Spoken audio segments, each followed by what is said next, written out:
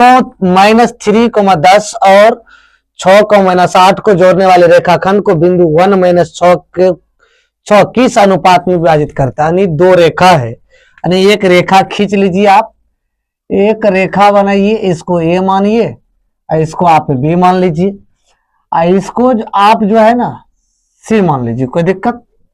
अब हम देखिए इसका बिंदु, जो एगो बिंदु दिया आपका -3, एगो दिया आपका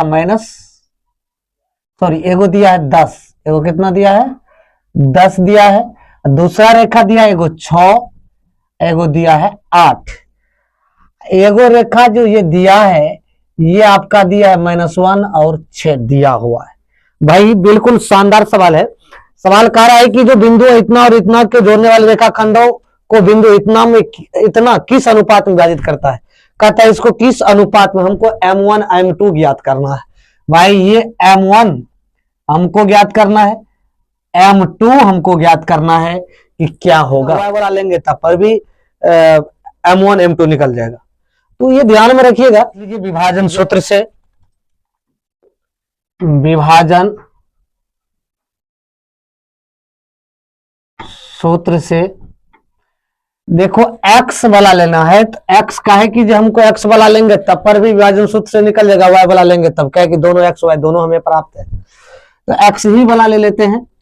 x बराबर M1 x2 plus M2 x1 बटे M1 प्लस M2 ये दिया है। x का मान ये ले लीजिए -1 दिया है, बराबर M1 का मान आपको प्राप्त नहीं है, गुना x2 का मान देखिए 6 है, प्लस M2 का मान देखिए नहीं दिया हुआ है, गुना x1 का मान आपका -3 दिया है, बटे M1 प्लस M2। बिल्कुल शानदार सवाल है।